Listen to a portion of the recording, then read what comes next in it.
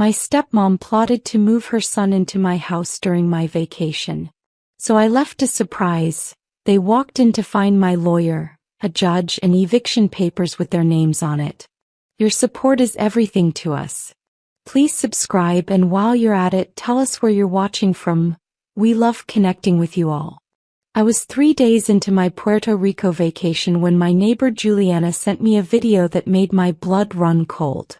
My stepmom Vanessa's silver Lexus was parked in my driveway at 2 in the morning, and men were unloading furniture into my house.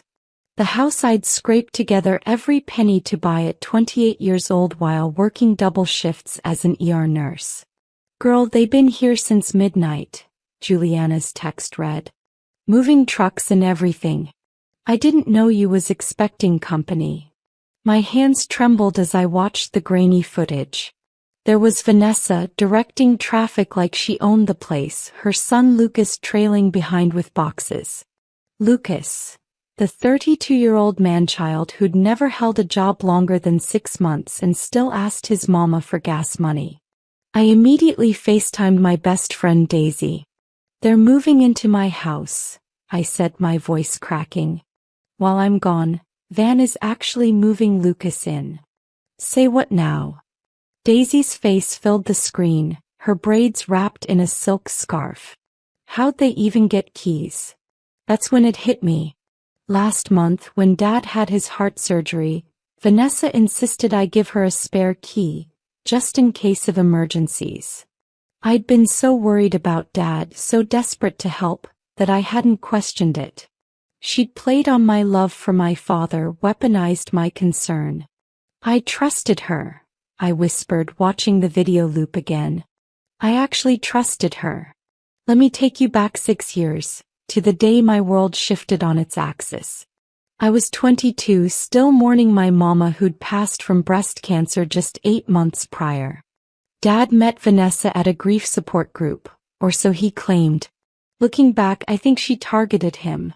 A widowed postal worker with a government pension and a paid-off house? She saw dollar signs. Their wedding was small, rushed. Life's too short, baby girl, Dad told me when I questioned the speed. Your mama would want me to be happy. Would she though? Mama had been a force of nature. A high school principal who took no mess from anyone. She taught me to stand tall, to fight for what's mine, to never let anyone make me feel small. Vanessa was the opposite. Sugary sweet to your face, poison behind your back. Within a year, Lucas moved into Dad's house. Just until he gets on his feet, Vanessa promised. That was 5 years ago. Lucas was still there, eating Dad's food, using Dad's electricity, contributing nothing but dirty dishes and excuses. I'd moved out at 23, determined to build something of my own. Worked myself to exhaustion, picked up every extra shift, ate ramen for dinner more times than I could count. When I finally closed on my 3-bedroom bungalow in Oak Park, I cried. It was mine. Every square foot earned with my sweat and sacrifice. Now Vanessa was trying to steal it. I didn't panic. Mama raised me better than that. Instead, I called Juliana back. I need you to record everything. Every person who goes in or out. Every car. Time stamps on everything. Already on it, sis, Juliana replied. My Ring camera got the whole front of your house. I'm downloading it all now. Then I called my cousin Jamal, who worked in real estate law. Jay, I need to know my rights. Can someone legally move into my house without permission? Hell no, he said immediately. That's trespassing at minimum. Breaking and entering if they damaged anything getting in. You documented that you didn't give permission. I got texts, emails, everything. She asked to borrow the key for emergencies only. I never said she could move her grown son in. Keep gathering evidence. Document everything. And Andrea, his voice dropped. You might want to consider pressing charges. Pressing charges against my stepmom, the woman my father loved. The thought made me nauseous, but the alternative was worse. Letting her steal what I'd built. I texted Juliana and asked her to check if my locks had been changed. Her response came 20 minutes later with a photo. A brand new deadbolt gleaming on my front door. They changed my locks. On my house. I called Vanessa. My heart hammered as the phone rang once, twice, 3 times. Finally, her syrupy voice answered. Hey honey. How's Puerto Rico? You having fun? The audacity.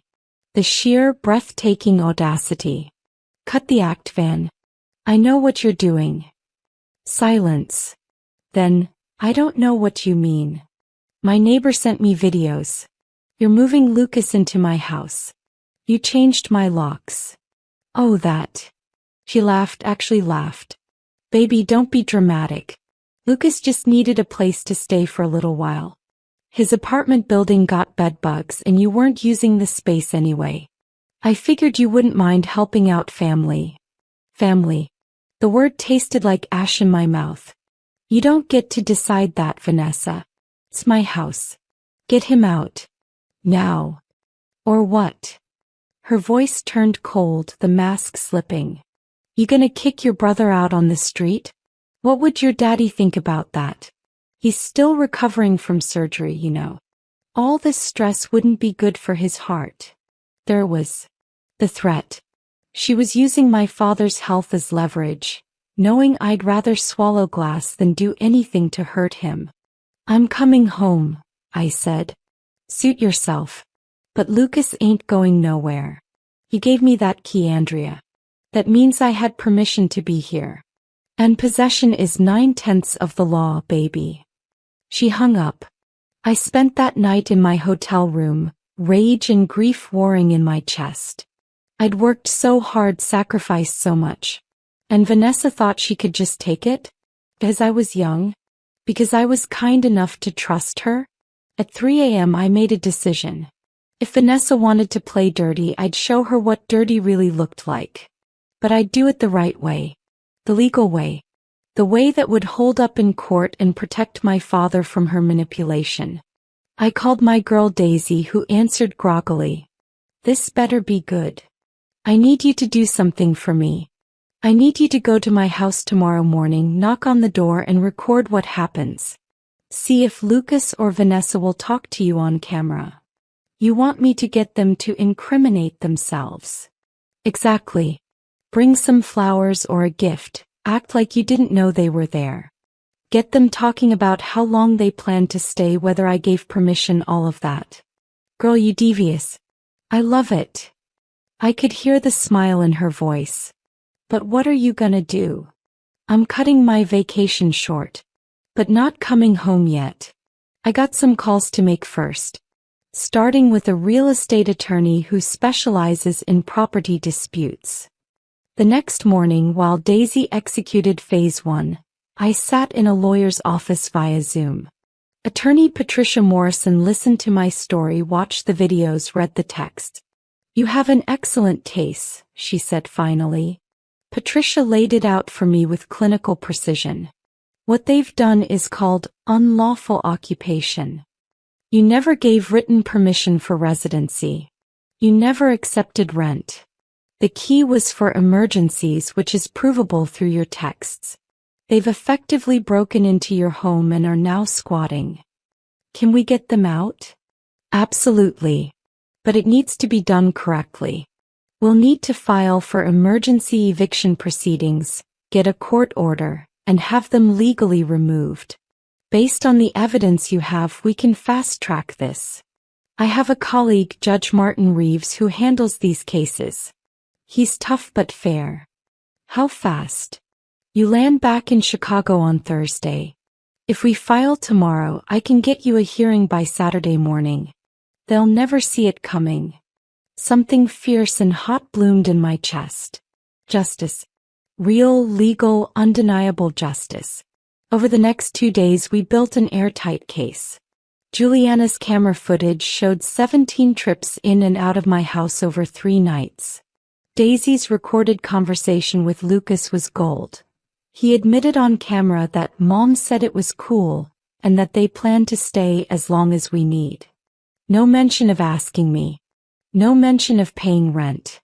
I had bank records showing the house was mine, paid for with my money. Email chains where Vanessa asked to borrow the key, in case your dad needs something and you're not here. Patricia even tracked down the locksmith who'd changed my locks. Vanessa had paid cash but stupidly given her real name. Wednesday afternoon my phone rang. Dad's number. My stomach dropped. Baby girl, what's going on? His voice was weak, tired. Vanessa said you're trying to evict Lucas. Said you're being cruel. I closed my eyes, fighting tears. This was what I'd feared, her twisting the narrative, making me the villain in my own father's eyes.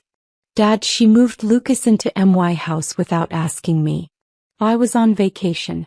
She changed my locks. She said you gave her permission. I gave her a key for emergencies. For you. Not so she could move her unemployed son into my home. My voice cracked. Dad, I worked so hard for that house. You know what I sacrificed. And she's trying to steal it from me. Silence stretched between us. Then softly, tell me everything. I did. Every detail, every text message, every video. When I finished, I heard him crying softly. I'm so sorry, baby. I'm so sorry. Your mama would be ashamed of me for bringing that woman into our lives. Don't say that, Dad. You didn't know. I should have seen it. The way she talked about your house, always saying it was too big for just you, always suggesting Lucas could be your roommate. I thought she was just being a mother worrying about her son. I didn't realize. Dad, I need to handle this legally. Can you support me? Whatever you need. That's your house, your home. You do what you gotta do. Relief flooded through me. I landed at O'Hare Thursday at 6 p.m. Instead of going home, I checked into a hotel. Patricia had arranged everything for Saturday morning. 8 a.m. her office, which was 3 blocks from my house. Friday, Patricia called with an update. Judge Reeves signed the emergency order. We have sheriff's deputies lined up for Saturday morning. They'll escort us to the property, serve the eviction papers, and give them 2 hours to vacate. 2 hours? That's it. That's it. They'll be allowed to take personal belongings only. Everything else stays until we can sort through what's yours versus what's theirs. But they cannot remain on the property. If they refuse to leave, they'll be arrested for trespassing. And what about the locks? Already handled. I've arranged for a locksmith to meet us there and rekey everything. Cost gets added to the damages they'll owe you. I spent Friday night rehearsing what I'd say, how I'd stand, how I'd keep my composure when I saw Vanessa's face. Daisy came to the hotel with wine and encouragement. You're doing the right thing, she said for the 100th time. She violated your trust, your space, your property. This ain't about being mean. It's about boundaries. I know. But it doesn't feel good. It's not supposed to. But necessary things rarely do. At 7 a.m. Saturday, I met Patricia outside my house. 2 sheriff's deputies waited in their cruiser. The locksmith's van idled nearby. And standing on my porch, looking confused and annoyed, were Judge Reeves and his clerk. Your Honor, Patricia greeted him warmly. Thank you for being here. He nodded curtly. Let's proceed. Patricia knocked on my front door. Lucas answered, shirtless, holding a bowl of cereal. My cereal from my kitchen. Can I help you? He asked, confused by the crowd. Lucas Jenkins? Patricia's voice was crisp, professional. I'm attorney Patricia Morrison. This is Judge Martin Reeves, 2 sheriff's deputies, and Andrea Williams, the legal owner of this property. We're here to serve you and Vanessa Jenkins with immediate eviction papers. I watched his face cycle through confusion, disbelief, and finally fear. Wait, what? You can't just. We can and we are. Patricia held out a thick folder. These are the official documents. You and your mother have unlawfully occupied this property. You have 2 hours to gather personal belongings and vacate. Failure to comply will result in arrest. Mom. Lucas yelled into the house. Mom. Vanessa appeared in the hallway, saw me, and her face twisted with rage. You petty little. Ma'am, Judge Reeves interrupted, his voice like thunder. I suggest you watch your language and start packing. You're already in serious legal trouble. Don't make it worse. This is my stepdaughter's house. She gave us permission. Patricia handed her a tablet, pulled up my text. These messages show Ms. Williams explicitly gave you a key for emergencies only, specifically related to her father's health. No written or verbal permission was given for you or your son to reside here. You changed the locks without authorization. You moved furniture in during her vacation. This is textbook unlawful occupation. She's being dramatic. It's just a misunderstanding. No misunderstanding, Van. My voice rang out clear and strong. You played me. Used my love for my father to manipulate me. Thought I'd be too scared or too nice to fight back. But Mama didn't raise no fool. Vanessa's eyes narrowed. Your daddy's gonna hear about this. He already knows. Called him Wednesday. Told him everything. You know what he said? Do what you gotta do. He's done with your manipulation too. That hit her like a slap. Her mouth opened and closed, speechless for once. You have 1 hour and 53 minutes, Patricia announced. Deputies will monitor your removal of belongings. Anything that was in this house before Thursday gets photographed and cataloged. You'll be billed for any damages, the locksmith fees, and legal costs. While they packed, I walked through my house with Patricia and the judge, documenting everything. My bedroom, where Lucas had been sleeping, clothes everywhere, pizza boxes stacked on my nightstand. My guest room, now filled with Vanessa's tacky furniture. My kitchen trashed with dirty dishes in the sink. This is gonna cost them, Patricia murmured, photographing water rings on my hardwood floors where someone hadn't used coasters. In my office, my sacred space where I paid bills and studied for nursing certifications, I found something that made my blood boil. A stack of papers on my desk. Applications for credit cards. And in my name. Vanessa's handwriting on the applications. Patricia. My voice shook. Look at this. She examined the papers and her expression hardened. This is identity theft. This is fraud. This goes way beyond unlawful occupation. Judge Reeves looked over her shoulder. Ms. Williams, you'll want to file a police report immediately. This is a felony. Vanessa's voice drifted from the living room. Lucas, hurry up.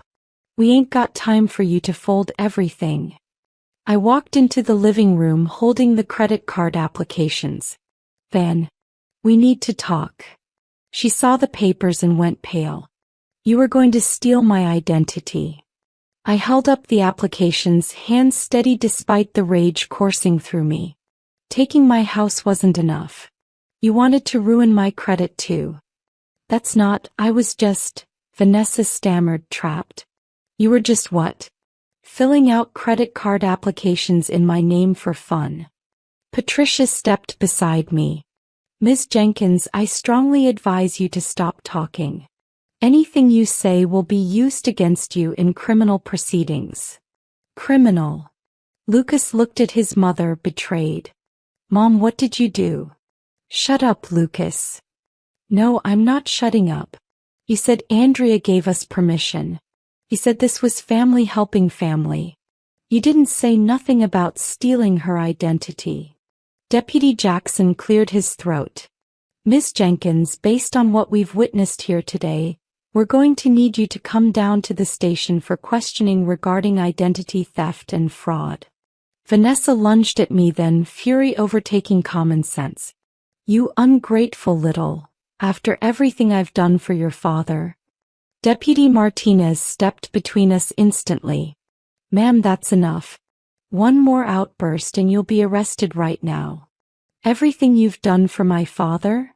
I laughed, bitter and sharp. You mean bleeding him dry? Moving your deadbeat son into his house? Using his heart surgery to manipulate me? I see you, Vanessa. Always have. I just chose to be respectful because of Dad. But you crossed a line. You violated my home, my trust, my identity. That's over now. Daisy appeared in the doorway with Juliana, both of them recording on their phones. Keep talking, Van, Daisy called out. We're getting every word. 43 minutes remaining, Patricia announced. I suggest you focus on packing. By 10 a.m. they were gone. My house was mine again, locks changed, police report filed. Patricia stood in my living room reviewing her notes. They'll face charges for the identity theft. The credit card applications alone are enough for prosecution. Plus the unlawful occupation, property damage, and if we can prove intent, possibly conspiracy to commit fraud. What does that mean for jail time? Identity theft can carry up to 15 years depending on circumstances. Unlawful occupation adds additional penalties. Combined with the damages to your property and the attempted fraud, they're looking at serious consequences. Judge Reeves approached me before leaving. Ms. Williams, I've seen a lot of property disputes in my career. What impressed me about your case was how methodically you documented everything. You didn't act on emotion. You built an airtight legal case. That takes maturity and intelligence. My mama always said, if you come for somebody, come correct. He smiled. Smart woman.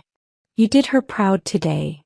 After everyone left, I sat on my couch in my house, and cried. Not sad tears. Relief. Rage transformed into righteous action. Dad called that evening. Baby girl, Vanessa's been calling me non-stop, screaming about how you humiliated her. I blocked her number. Dad, don't apologize. I saw those credit card applications when the police came by for my statement. Andrea, she was planning to destroy you financially. Thank God you caught it in time. Are you okay? The stress. I'm fine. Better than fine, actually. I'm filing for divorce. Called a lawyer this afternoon. Vanessa can find somewhere else to manipulate. Pride and relief swelled in my chest. I love you, Dad. Love you more, baby girl. Your mama would be so proud of you today. 3 months later, I stood in my newly renovated living room, hosting a housewarming party. The hardwood floors gleamed, professionally repaired. Fresh paint covered the walls. New furniture replaced what Vanessa had damaged. Daisy raised a glass. To Andrea, the baddest nurse, homeowner, and boundary setter I know. Everyone cheered. Dad, looking healthier than he had in years, pulled me into a hug. Your mama's watching, baby. Smiling so big. The legal proceedings were ongoing. Vanessa faced 3 felony charges for identity theft and fraud. Lucas, who'd cooperated with prosecutors in exchange for immunity, had finally moved out of Dad's house and gotten a real job. Turns out the threat of jail time was motivating. I'd learned something profound through this nightmare. Kindness doesn't mean being a doormat. Family doesn't give anyone the right to violate your boundaries. And sometimes the most loving thing you can do is protect what's yours. Juliana cornered me by the snack table. Girl, you know your story's been all over the neighborhood? People asking me for details. You're like a legend now. I'm not trying to be a legend. I just wanted my house back. Yeah, but you showed everybody how to stand up for yourself the right way. Legal, documented, undeniable. That's power. Later, as guests mingled and laughed, I stepped onto my porch, and looked at the neighborhood I'd worked so hard to be part of. The house wasn't just walls and floors anymore. It was proof that I could protect what I'd built. That I was strong enough, smart enough, worthy enough. Mama's voice echoed in my memory. Baby girl, never let anyone make you feel small. You're a Williams. We don't bend. We don't break. We stand tall. I stood tall that night in my home, surrounded by people who loved me. And I've been standing tall ever since.